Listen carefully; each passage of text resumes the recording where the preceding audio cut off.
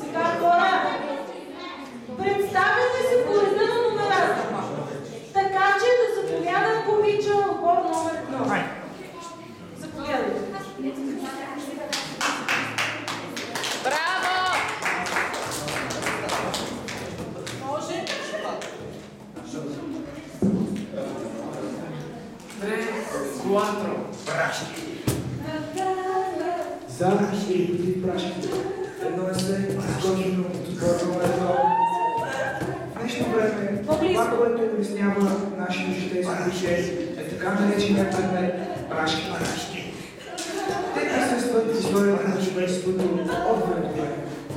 За или против прашките е въпрос, който възниква в днешното поколение и събужда сблъсък, размисли и страсти в човешкото съзнание. Те са незаменима част. Просто незаменима част. Уникална и незаменима част.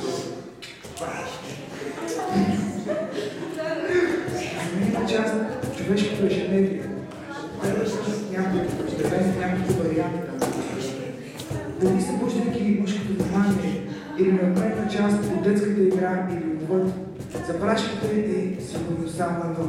Те убиват. Обаче, знаете, всеки един може и да употреби прашката лесно и практично. В света ни може да срещнем прашката много образи.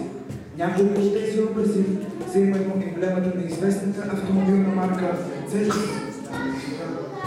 И оръдието за изстрелване на камъчите на топчета и застарели употребени тъпки прашка.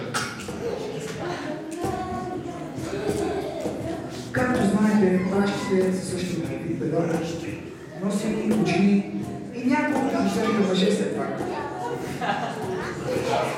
Те се бужат в потните, мазните туристи, стилите изразена и формата на селски, мазни, просташки подсвирквания, вълски рев и дори лъвско виене, за да предизвика все пак някакъв интерес в противоположния пол. Това трябва да ви звучи. Нека погледнем извън матрицата, в която се опитваме да се караме. Да използваме прашката за истинското и приспособление, показване на нашия родител и Библията Давид.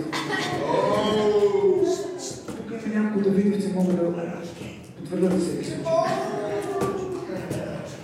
Да вкараме този инструмент в полза на битката ни срещу предизвикателства, страх и поход, който може да предизвика също така и бедото от прашки. Благодарим за вниманието. Обичаме ви.